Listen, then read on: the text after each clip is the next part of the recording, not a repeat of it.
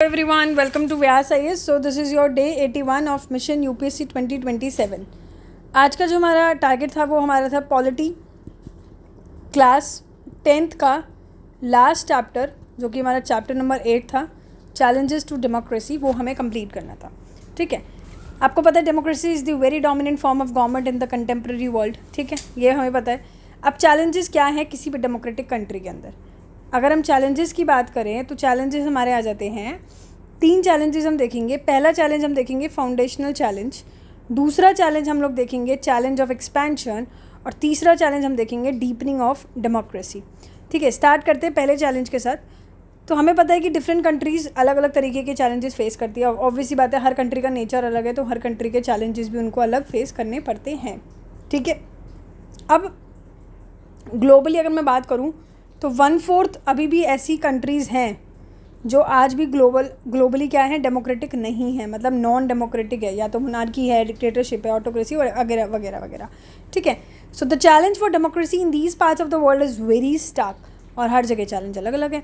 These countries face the foundational challenge. अब इन countries को जहाँ पे नॉन डेमोक्रेसी है, जहाँ पे डेमोक्रेसी नहीं है, इनको क्या फेस करना पड़ता है, इनको फेस करना पड़ता है एक ऐसा फाउंडेशनल चैलेंज मतलब बिगिनिंग से एक चैलेंज ऐसा फेस करना पड़ रहा है कि किस तरीके से वो खुद को ट्रांजिशन की तरफ लेके आए, डेमोक्रेसी की तरफ ट्रांजिशन हो किस तरीके से डेमोक्रेसी के अंदर.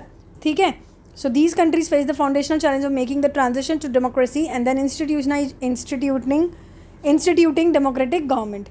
This involves bringing down the existing non-democratic regime, keeping military away from controlling government and establishing a sovereign and functional state. कि किस तरीके से ट्रांजिशन लेके आए वो डेमोक्रेसी में और इंस्टीट्यूशंस को सबको डेमोक्रेटिक करे. ठीक है, यानी कि नॉन डेमोक्रेटिक गवर्नमेंट को मिलिट्री से दूर रख के और मिलिट्री कंट्रोल हटाने की कोशिश करें और एक सोवरेन और फंक्शनल स्टेट बनाने की कोशिश करें. तो पहला चैलेंज हमारा हुआ फाउंडेशनल चैलेंज. दूसरा चैलेंज हमारे पास है चैलेंज ऑफ एक्सपेंशन, कि ज़्यादातर जो डेमोक्रेसी है उनको सबसे प्रॉब्लम जो आती है ज़्यादातर वो आती है एक्सपैंड करने की चैलेंज. कैसे?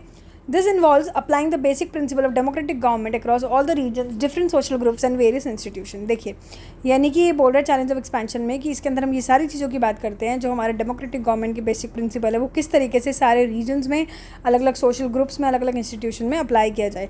ये इंश्योर करना greater power to local government, की जितने भी लोकल गवर्नमेंट है उनको मतलब ये इंश्योर कराना कि जो लोकल गवर्नमेंट है उनको पावर मिले. एक्सटेंशन करना किस चीज़ का, फेडरल प्रिंसिपल हर जगह अप्लाई होए, हर फेडरेशन के यूनिट में अप्लाई होए, और विमेन और माइनॉरिटी ग्रुप्स को भी इंक्लूड करना सोसाइटी के अंदर. सारे चैलेंजेस इसके अंदर आते हैं कि किस तरीके से हम विमेन को भी इंक्लूड करें, किस तरीके से हम जो भी हमारे माइनॉरिटी ग्रुप्स हैं उनको भी किस तरीके से इसके अंदर इंक्लूड करें. ऐसा ना हो कि उनको एक्सक्लूड करा जा रहा है हमारी डेमोक्रेटिक कंट्री में. किस तरीके से सारी पावर लोकल गवर्नमेंट के हाथ में भी होनी चाहिए, ऐसा नहीं है कि सिर्फ सेंट्रल और स्टेट के हाथ में हो.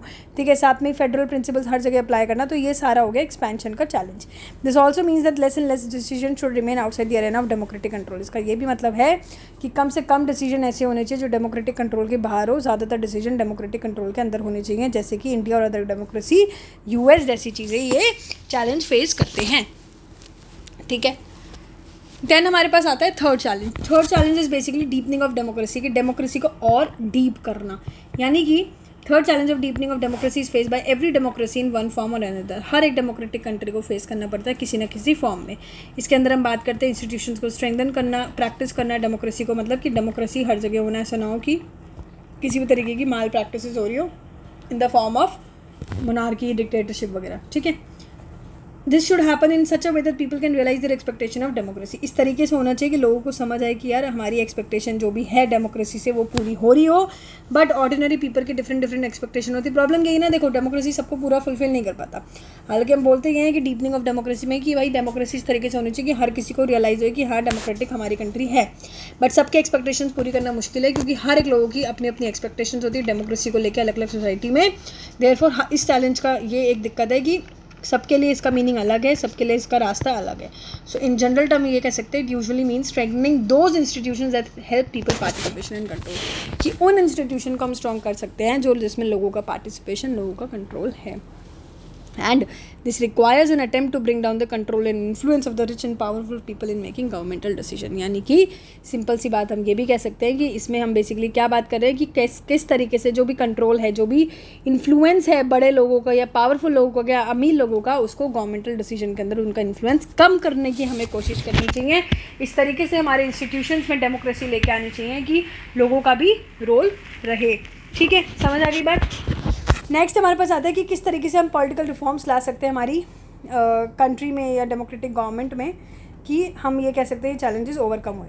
तो केयरफुली चेंजेस लेके आना लॉ में इस तरीके से कि हम डिस्करेज करें कोई भी रॉन्ग पॉलिटिकल प्रैक्टिसेस और गुड इनकरेज करें गुड एक्टिविटीज़। ठीक है, बट ये भी है कि legal constitutional changes by themselves can not overcome challenges to democracy. But कुछ ना कुछ जो लीगल कॉन्स्टिट्यूशनल चेंजेस होते हैं जो खुद से हो जाते हैं, उसमें हम कहीं ना कहीं चैलेंजेस को पूरी तरीके से ओवरकम नहीं कर सकते हैं।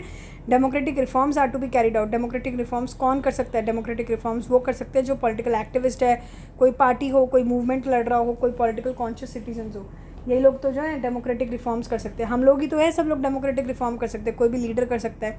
ठीक है, any legal change must carefully look at what result it will have on politics. कि कोई भी अगर लीगल चेंज हम करने की कोशिश कर रहे हैं, कोई भी लीगली पॉलिसी ला रहे हैं या कुछ लॉ चेंज करने की कोशिश कर रहे हैं, तो हमें ये देखना चाहिए कि उसका क्या रिजल्ट पड़ेगा पॉलिटिक्स में। कई बार ऐसा होता है रिजल्ट हम जैसा चाहते हैं उसकी जगह कुछ उल्टा रिजल्ट आ जाता है, काउंटर प्रोडक्टिव रिजल्ट आ जाता है, उल्टा रिजल्ट, अलग रिजल्ट। जैसे कि अगर हम एग्जाम्पल की बात करें, कई बार ऐसा हुआ है कि कई लोगों ने मतलब कई स्टेट्स ने बैन करा है उन लोगों को जिनके 2 से ज़्यादा बच्चे हैं कि वो पंचायत इलेक्शंस में कंटेस्ट नहीं कर सकते। तो उसकी वजह से कई बार ऐसा हुआ है कहीं ना कहीं डेमोक्रेटिक अपॉर्चुनिटी जो बहुत सारे गरीब और विमेन को मिल ही नहीं पाई, बल्कि उनका इंटेंशन ऐसा नहीं था तब भी। ठीक है, जनरली हुआ क्या, law that seek to ban something are not very successful in politics. Generally ऐसा होता है कि वो ऐसी लॉज जो पॉलिटिक्स में इस तरीके से लाई गई है कि कुछ चीज़ों को बैन करा जाए, तो वो कहीं ना कहीं पॉलिटिक्स में सक्सेसफुल कभी हुई नहीं है। ऐसी लॉ जो पॉलिटिकल एक्टर्स को कुछ ना कुछ इंसेंटिव दे रही है कि वो कुछ अच्छी चीज़ें करे, वो ज़्यादा चांसेस देता है कि वो लॉ सक्सेसफुल हो। मतलब ऐसी लॉ जिसमें कोई चीज़ बैन हो रही है वो कभी सक्सेसफुल ही नहीं हो पाई पॉलिटिक्स में, क्रिटिक ही उसके आने लगे। बट ऐसी लॉ जिसमें हम किसी लीडर को चांसेस दे रहे हैं कि वो कुछ अच्छी चीज़ करे, तो कहीं ना कहीं वो लॉ ज़्यादा सक्सेसफुल होती है। So the best law are those which empower people to carry out democratic reforms. तो सबसे बेस्ट लॉ वो है जिसमें लोगों को पावर मिल रही है कि वो डेमोक्रेटिक रिफॉर्म्स जो लाने की कोशिश करें वो ला पाए। ठीक है, so the right to information act is a good example of a law that empowers the people to find out what is happening in government and act as watchdog of democracy। यानी कि जो right to information act हमारा है, ये एक बहुत अच्छा example है। आपको पता है RTI वगैरह जो होते हैं।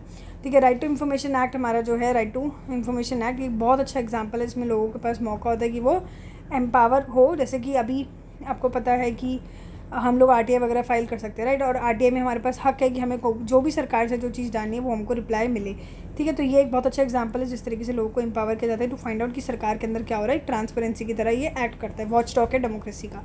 सच a law helps to control corruption. इससे करप्शन भी नहीं होता और कहीं ना कहीं जो भी एग्जिस्टिंग लॉ है, जो भी करप्शन वगैरह बैन करती है, उस पर स्ट्रिक्ट पेनल्टीज़ वगैरह जो भी इम्पोज कर रखी है, उस पर कहीं ना कहीं सप्लीमेंट कर रहा है। ठीक है, democratic reforms are to be brought about principally through political practices. ठीक है, जो भी डेमोक्रेटिक रिफॉर्म्स लाए जाते हैं वो किस तरीके से लाए जाते हैं कि पॉलिटिकल प्रैक्टिस हो। इसलिए मेन फोकस पॉलिटिकल रिफॉर्म्स का किस पे होना चाहिए कि किस तरीके से हम डेमोक्रेटिक प्रैक्टिस को, जो भी डेमोक्रेटिक प्रिंसिपल्स उनको किस तरीके से रियल लाइफ में प्रैक्टिस करें और किस तरीके से उसको स्ट्रेंथन करने की कोशिश करें। सो द सबसे इंपॉर्टेंट कंसर्न क्या होना चाहिए, to increase and improve the quality of political participation by ordinary citizens. की जो भी हम आम आदमी हैं उन सब की हम उनका पॉलिटिकल पार्टिसिपेशन की क्वालिटी को इंक्रीज़ भी करें और इम्प्रूव भी करने की कोशिश करें। ये हमारा एक मेन कंसर्न होना चाहिए। ठीक है, any proposal for political reform should think not only about what is a good solution but also about who will implement it and how. ठीक है, कोई भी अगर एक प्रपोजल लेके आए हैं हम पॉलिटिकल रिफॉर्म को लेके, तो वो ऐसा नहीं होना चाहिए कि क्या गुड सोल्यूशन है, बल्कि उस चीज़ को लेके होना चाहिए कि कौन इस पॉलिसी को इम्प्लीमेंट करेगा और किस तरीके से इम्प्लीमेंट करेगा। It is not very wise to think that the legislature will pass legislation. ये ज़रूरी नहीं है कि हम ये समझदारी ये सोचने में कि लेजिस्लेचर है तो वो लेजिस्लेशन पास करेंगे जो कि लोगों के या पॉलिटिकल पार्टी के अगेंस्ट हो या MP के अगेंस्ट हो, बल्कि इस तरीके से मेजर्स लेने चाहिए जो democratic movement, citizens organisation and the media likely to succeed की सबके भले के लिए हो और ऐसा ना हो किसी को क्रिटिक हम कर रहे हो। ठीक है, सिंपल सी बात है, वेलफेयर के लिए होना चाहिए। रीडिफाइनिंग डेमोक्रेसी, अगर हम डेमोक्रेसी को रीडिफाइन करने की कोशिश करें तो रूलर्स क्या है, बेसिकली इलेक्ट करते हैं कौन, लोग, and they must take all the major decisions. Election कैसे होना चाहिए, must offer a choice and a fair opportunity to the people to change the current rulers. This choice and opportunity should be available to all the people on an equal basis. ठीक है, सबके vote की बराबर value होनी चाहिए, 1 person 1 vote 1 value. The exercise of this choice must lead to a government limited by basic rule of the constitution and citizens right, की जो government के पास राइट्स है वो भी हमारे कॉन्स्टिट्यूशन में जो मेंशन है उसके अकॉर्डिंग होनी चाहिए। ऐसा नहीं है कि उनको भी अनलिमिटेड राइट्स दी गई है। ठीक है, आई होप ये आपको क्लियर होगा। ठीक है, अभी हम स्टार्ट करेंगे डे 82 के साथ, जिसमें हमारा नेक्स्ट वीडियो रहेगा। हालांकि ये डे 80 रहा है, थोड़ा सा वीडियो में मैंने इसमें थोड़ा सा टाइटल कर दिया, बट मैं चेंज करके आप लोगों को इसको भेज दूँगी अपडेटेड फाइल। बेसिकली हमारा डे 80 था। डे 81 हमारा जो है क्लास 11th की बुक स्टार्ट हुई है पॉलिटी की, जो मैंने आपको बताया भी है, पॉलिटिकल थ्योरी है। ठीक है, तो this was day 80, no issues, I will change that. Okay, मिलते हैं नेक्स्ट वीडियो में। All the very best, thank you so much guys.